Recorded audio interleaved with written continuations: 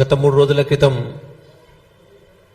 పెద్దలు మందకృష్ణ మాదిగ గారు చేసినటువంటి వ్యాఖ్యలు బ్రాహ్మణ సమాజాన్నే కాదు హిందూ సమాజాన్ని కూడా తీవ్రంగా బాధించాయి.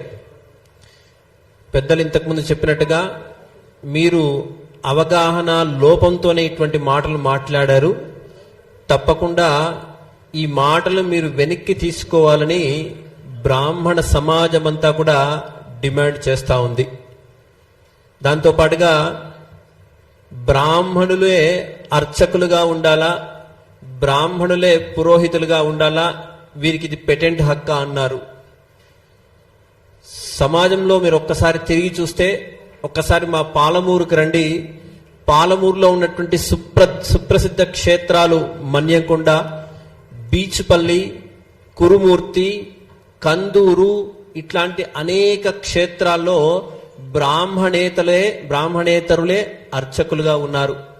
ఇది నేను చెప్పే మాటలు కాదుగా, చక్కగా మీకు గవర్నమెంట్ కూడా, మీకు ప్రభుత్వం కూడా మీకు ఆ తగినటువంటి సమాచారం ఇస్తుంది.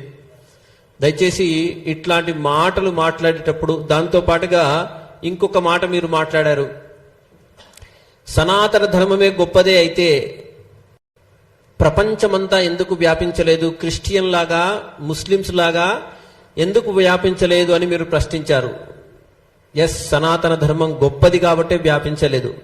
మేము మదర్ తెరిసా లాగా నేను సేవ చేస్తానని వచ్చి లక్షలాది మందిని మేము మతాంతీకరణ చేసుకోలేదు.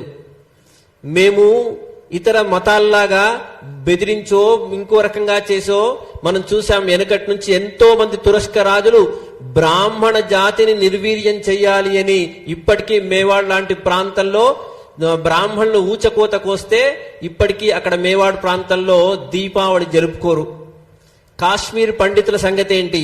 ఇట్లాంటి అనేకమైనటువంటి బ్రాహ్మణ సమాజం దేశం కొరకు ధర్మం కొరకు ఎంతో త్యాగం చేసింది.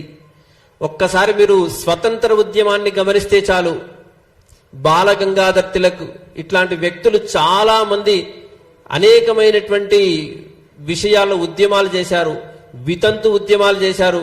దాంతో పాటుగా సతీ సహగమనం నుంచి ఉద్యమం, అంటే ప్రపంచంలో కానీ దేశంలో కానీ ఎక్కడైనా కూడా ఇది వ్యతిరేకమైనటువంటిది, ఇది కరెక్ట్ కాదు అని అనిపిస్తే దానికి తగ్గట్టుగా వ్యతిరేకంగా దానికి బ్రాహ్మణులే పనిచేశారు. మీరు మావోయిస్ట్ ఉద్యమం చూసినా, ఇటు సిపిఐ లాంటి ఉద్యమాలు చూసినా, ఇటు ఏ రకంగా ఆధ్యాత్మిక విప్లవం చూసినా, నాస్తికము ఆస్తికము అన్ని రకాల విప్లవాల్లో బ్రాహ్మణులు ముందరగా ఉన్నారు.